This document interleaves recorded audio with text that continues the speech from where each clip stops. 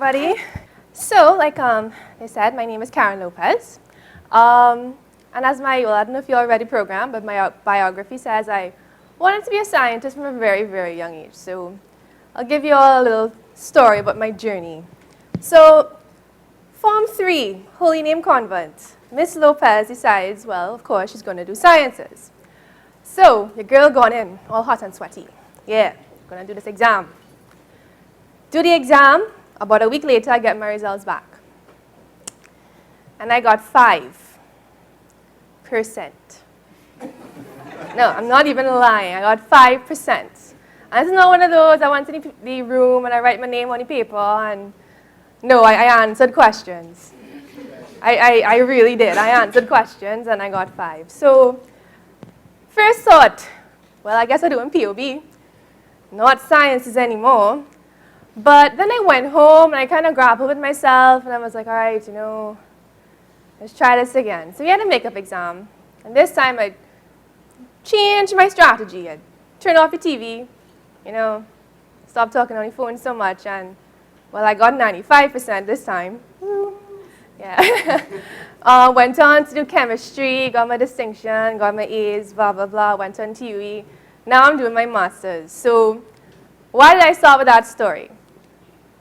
I am here to talk to you guys about how to overcome failure, how to overcome boundaries.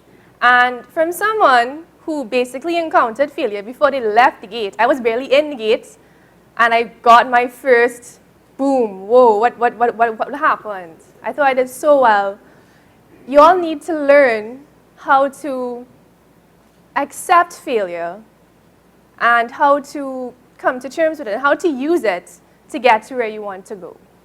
So, a lot of times people often ask me like, well, how come I feel so comfortable talking about it? And that's actually a quite common question because in today's society, for some reason, people, they don't seem to want to acknowledge failure as part of the journey to success. And this comes from, generations of trying to suppress and hide failure. Think about it. You all have that family friend, probably your parents or whoever, and they're always talking about, oh yes, my son just got a scholarship, blah, blah, blah. Oh, yes. They got some paper published, blah, blah, blah. And then, it makes your accomplishments not look that great. For us, for your failures, I mean, you don't even want to talk about that. But the thing is, failure is a part of life. And it's all about using it to get to where you want to go, right? Even in the entertainment world, what is this thing called? TMZ. They're forever publicizing all these celebrities and when they mess up. So it's like we've sort of come to a society where we use other people's failure as a source of entertainment for us. So that is why we tend to shy from it. That's why we tend to run away. And I'm here to tell you that failure is not something that you outgrow. It's not a phase that, it is going to outgrow one day and be like, oh, yeah, failure, see you later. No, trust me, it's going to follow you around for the rest of your life. It's like, that annoying cousin. You can't divorce your family. You ever hear that thing? Yeah, it's going to be there, so you might as well just make the use of it. So just get comfortable with it. Just accept it. Embrace it. And I can talk from experience because 2012 has not really been the best year for me. I'll be honest. 2012 was a rough year. And if I had the information I had now, even last year or 5 years ago, I think I would have been a little bit more equipped to handle when things don't go according to plan. So I'm not a psychiatrist. I didn't really do a lot of, probing into the human mind and human spirit. So all I can really give to you is a few steps that I have come up with to overcome when things don't go according to plan. So the first step is to actually acknowledge that something went wrong, to acknowledge that failure has occurred. Now, if you all think back to my story, the first thing I thought was, well, I guess I'm doing POB. I didn't even look at the paper. I didn't even look at where I might have gotten my 5 marks. Up to now, I probably don't even remember. Or where I lost the other 95 marks. I just wanted to push forward and just move on, right? That's not necessarily a good thing, right? And it's something that people have a problem with. They choose to just move on with their life and, oh, that didn't happen. What exam? What date? I don't know what you're talking about. I I just move on with my life. Like, no, like, come to terms with it. Okay, yeah, it happened. It happened. So that's step one. Step two is feeling your feelings. Yes, feeling your feelings. And I say that because a lot of the times we're so busy with life and all the drama that we just kind of move on. We don't really get a chance to, sit down and think about what happened and to allow ourselves to feel sad or angry or hurt. We just push forward. We just go ahead and, yeah, whatever. I'll just deal with that when I can. No, don't do that. Sit down. Give yourself a time frame. And obviously the time frame will depend on, when your next exam is or, however long you'll be able to move past, this thing. So mark it off on your calendar. You had a bad breakup. All right, 3 months, I'll sit down and wallow. And then after the 3 months, 15th of October or whatever, I forget about him or her. And I'm moving on, right? So sit down, go to the gym, eat the crap out of the ice cream, do whatever you need to get over it. But make sure it's constructive. I'm not talking like slitting your wrists and banging your head against the wall. No, I'm not saying that. Join a gym. Run around in Savannah. Talk to your friend. Just get it out. Just get out all of that anger, that hurt, that resentment. Because if you keep it inside, it's not going to do any good for you, right? So feel your feelings. Let it out. The third step is another difficult step. But it's probably one of the most profound and most important steps. And that is to take responsibility for what happened. And that takes a lot of, even at this age that I am, I know I probably don't look that old, but I consider myself, a veteran in life, for me anyway. I haven't really come to terms with that because the last thing you want to do is admit that you had something to do with it. Like you don't want to sit down and think it was your fault. But truth is, somewhere along the line, you messed up. So it could be that instead of sitting down and actually reading your book, you were on Facebook updating, or go, I had this exam tomorrow.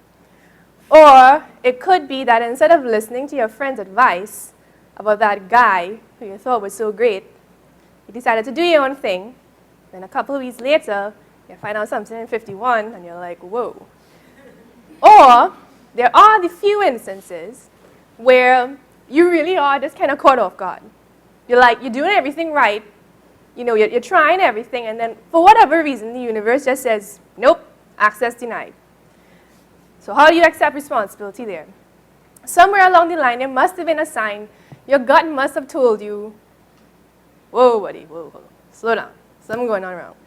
So you need to trust your instincts and look at the signs. And sometimes something as simple as that is accepting responsibility.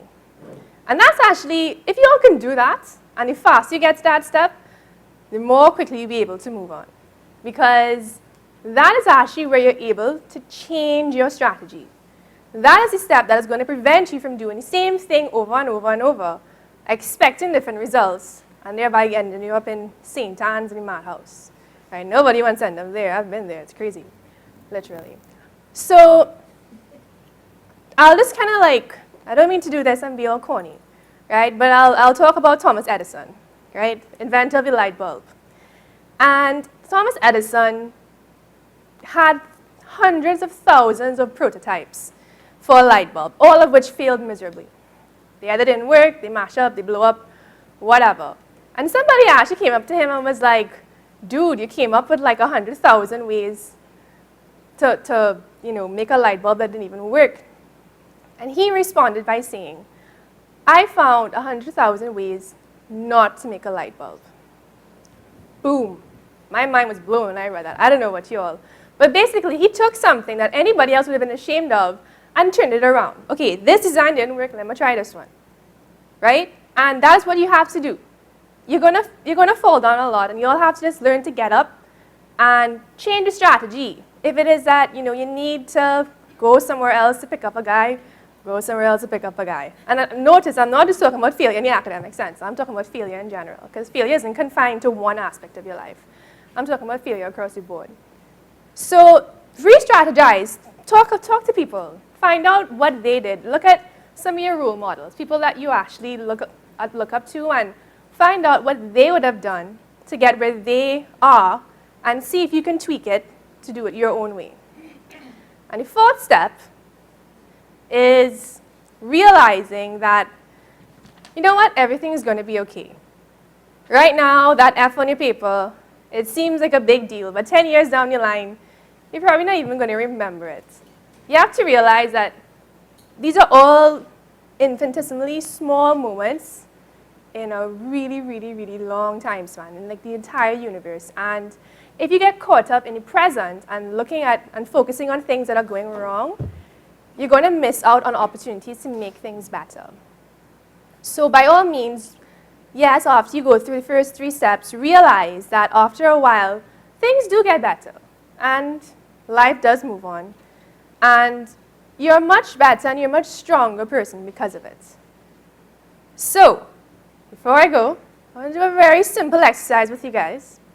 So I want you all to take your right hand, right? Everybody put up your right hand.